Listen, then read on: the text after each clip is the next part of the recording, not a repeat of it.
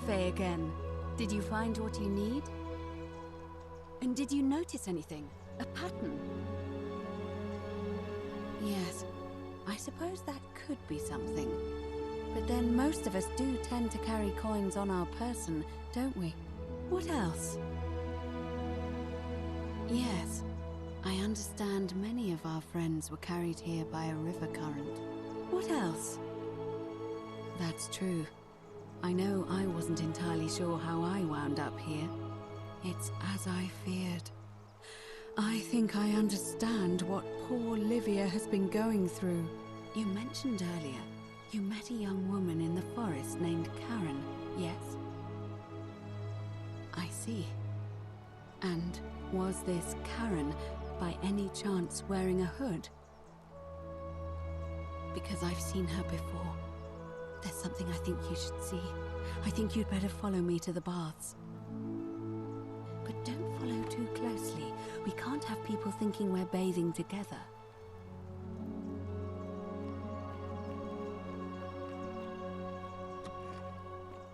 It's all up to you.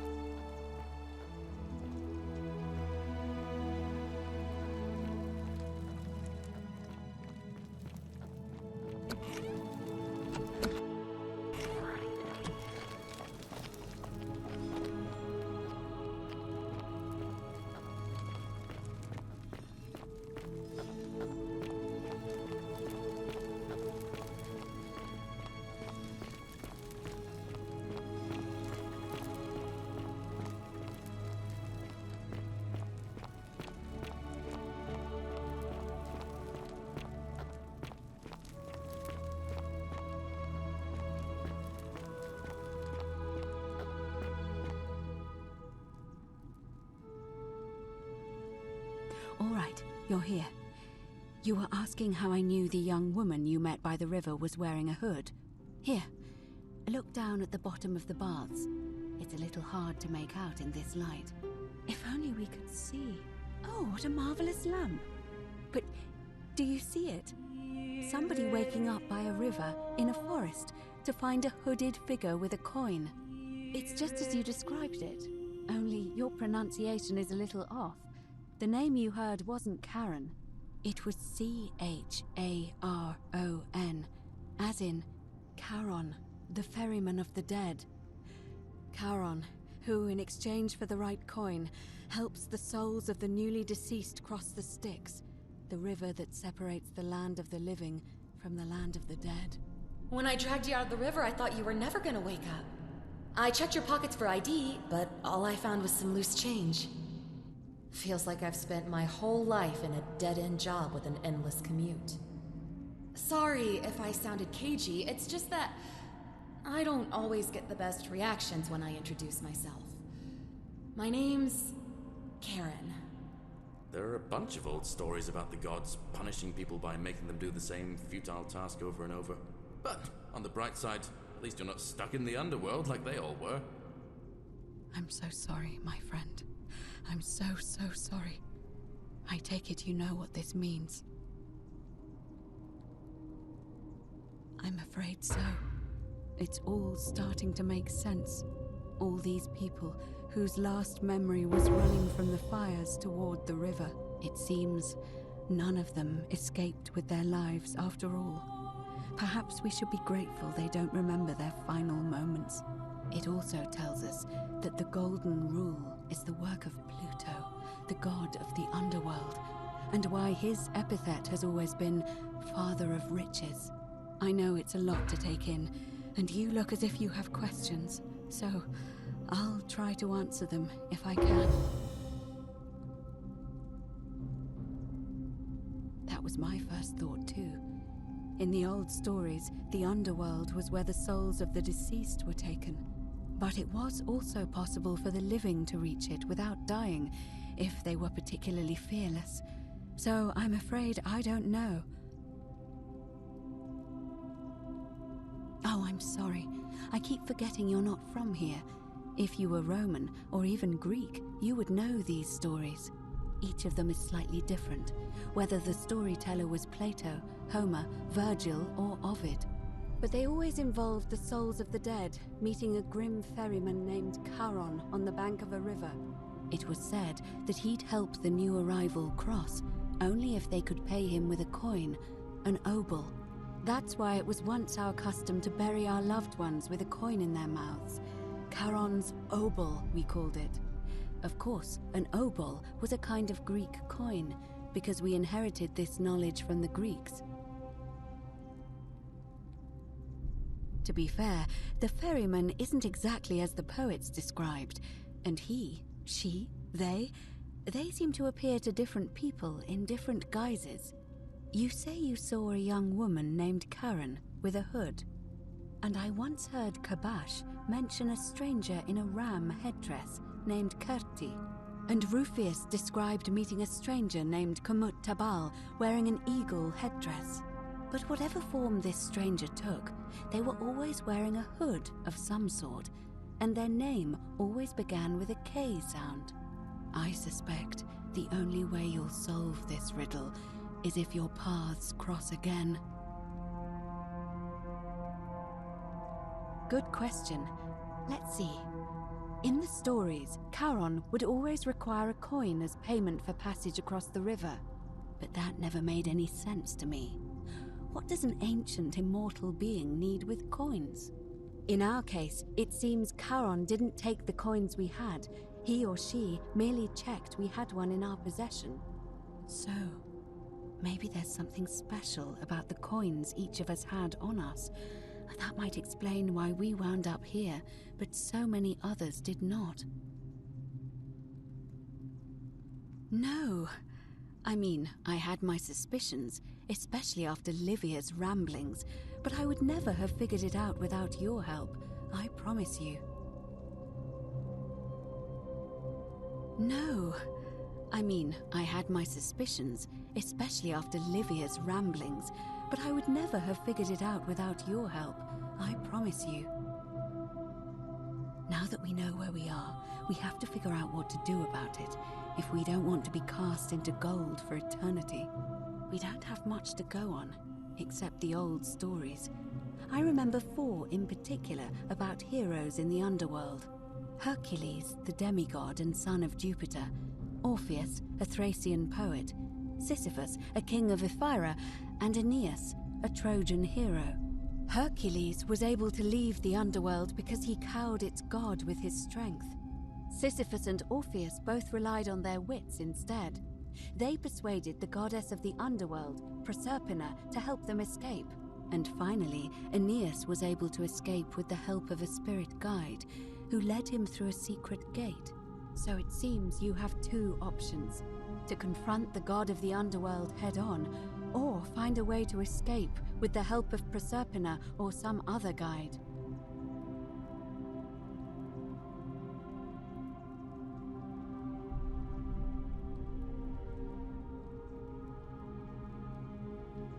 As I mentioned, both Orpheus and Sisyphus were said to have persuaded Proserpina to help them escape, and Aeneas was guided to the exit.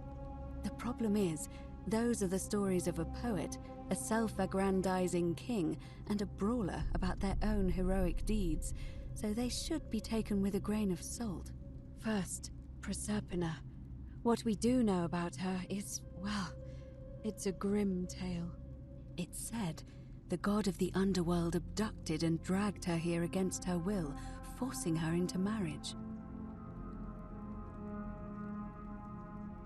If the stories are true, then I suppose so. The problem is, how do we communicate with her without being noticed by her captor? Leaving that aside for a moment, there is also the possibility of a spirit guide. I don't suppose you've come across one of those in your travels? Truly? And you're only bringing this up now? Then again, I suppose you were worried I'd think you were as mad as Navia. Can you tell me more? Is it the same voice? What kinds of thing does it say? Fascinating. Perhaps she's a benevolent spirit. Or perhaps... Perhaps you're hearing the voice of Proserpina herself. If she has indeed been abducted, it would make sense for her to speak in cryptic whispers to avoid detection. Tell me, has she told you anything that might lead you to the way out? Truly? Then why are you still here?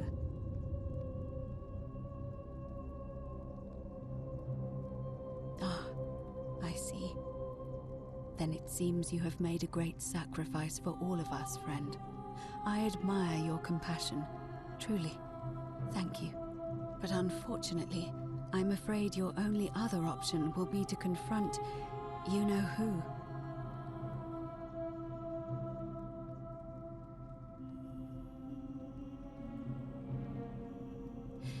That option would be the boldest, but also the only way to learn the truth about the Golden Rule, and maybe even put an end to it. As I said, Hercules managed to overpower the god of the underworld, but he was a demigod. Forgive my candor, but you are no Hercules.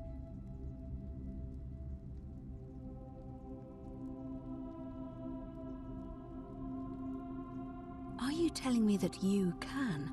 I won't pretend to understand exactly what that means, but if that's true, then perhaps you stand a chance. So, if you want to confront him, I'll help you as much as I can. Who knows? Perhaps your name will be uttered in the same sentence as Hercules one day. But first, you'd need an audience with you-know-who, and for that, you'll need to enter the great temple overlooking the city. The problem is, the door has been sealed shut for as long as I've lived here, and there doesn't even seem to be a keyhole. I suspect the answer lies in the desecrated obelisk in front of it. I'm not sure if you noticed, but there are 4 plaques missing from its base. It looks as though somebody, or a series of somebodies, forcibly removed them, and in doing so, dishonored and angered our divine keeper. If you could recover and replace all 4 of those missing plaques, I imagine he might be willing to receive an audience again. It's the towering stone monument with 4 sides and a pyramid-shaped head that stands before the great temple, a dedication to the god of this place. You'll find them all over Rome, but of course they were looted from Egypt many years ago. It seems one of them made its way here too, although how is a mystery. However, this one is unusual in that each of the 4 sides is decorated in a different style: Roman, Greek, Egyptian, and another I don't recognize. That means you'll need to recover 4 different plaques: Roman, Greek, Egyptian, and a 4th, a mystery plaque. Good question.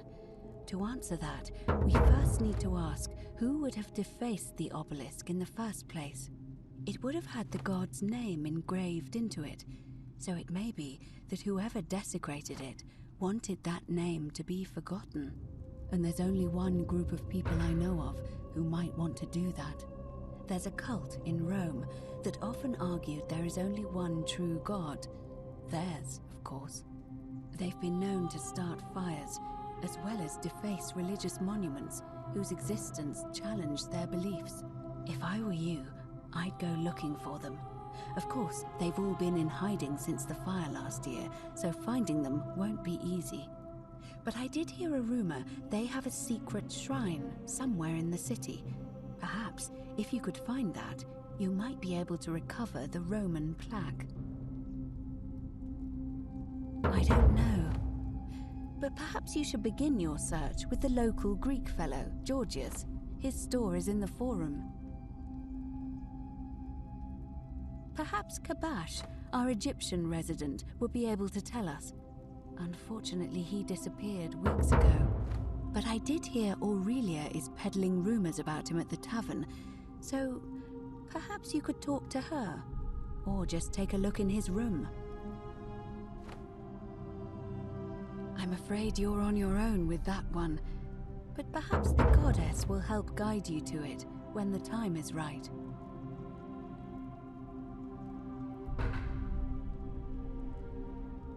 All Romans try to avoid saying it, and the reason is quite simple. He might hear us. You may refer to him as Pluto, if you wish, but you'll only be calling attention to yourself. Do so at your own peril. It's a reasonable question, but the problem is, this place is fairly well designed to keep us here. There's no way to climb up the shaft. And even if you could build a ladder big enough, just trying it would break the golden rule. We know that, thanks to the writings left behind by those who've tried. Shh! Is everyone so blunt where you're from? Oh! That option would be the boldest, but also the only way to learn the truth about the golden rule, and maybe even put an end to it. As I said, Hercules managed to overpower the god of the underworld, but he was a demigod. Forgive my candor, but you are no Hercules. I'll admit, you do seem different to anyone I've ever met. And even that lamp of yours looks like something Prometheus might have stolen from the gods. So, if you want to confront him, I'll help you as much as I can. Who knows? Perhaps your name will be uttered in the same sentence as Hercules one day. But first, you'd need an audience with you-know-who, and for that, you'll need to enter the great temple overlooking the city. The problem is, the door has been sealed shut for as long as I've lived here, and there doesn't even seem to be a keyhole. I suspect the answer lies in the desecrated... It looks as though if you could recover and replace all four of... It's the towering... You'll find... However... Alright. I would suggest not discussing this with anyone. The best we can do for them is to let them remain oblivious for as long as possible. As for Livia, it seems she's been shouldering the weight of this terrible secret all this time. Perhaps it would comfort her to know she's not alone.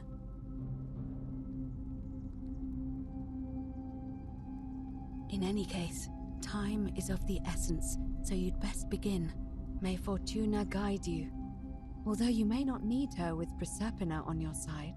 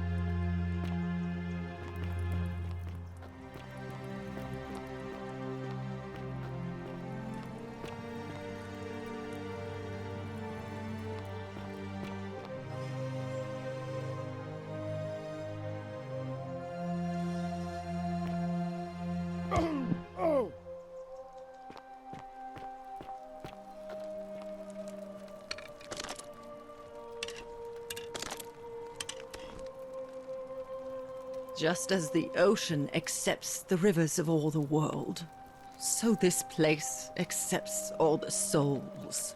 But it does not notice the crowds that come. Say it. Speak its name. Then it is true. I was right. I thought I saw it, but when the rest of them could not, I kept thinking I must have gone insane. I had to tell myself it was true over and over again, until I wasn't sure if I was deceiving myself. I must apologize if my words seem cryptic, I'd found comfort in reciting the Metamorphoses by our great poet Ovid. He gives such an uncanny description of this place. I cannot help but wonder if he himself came here. Would you like to hear it? I will do my best to remember the relevant verse. There is a downward path, gloomy with fatal yew trees. It leads through dumb silence to the infernal regions. The sluggish Styx exhales vapor, and by that way, the shadows of the newly dead descend, entombed with full rites, and the ghosts of those, at last, given proper burial. The wide, thorny waste is cold and pallid, and the newly arrived shades are ignorant of the road that leads to the Stygian city, where Black Dis has his cruel palace. As the ocean accepts the rivers of all the world, so this place accepts all the souls, and is never too small for any populace, nor notices the crowds that come. There the bloodless shadows wander without flesh or bone. Some crowd the forum, some the house of the ruler of the depths. Others follow their trades, imitating their previous lives, and still others incur punishment. I hope I have done it justice, and now we share a secret. It's as if you've lifted a great burden from my shoulders.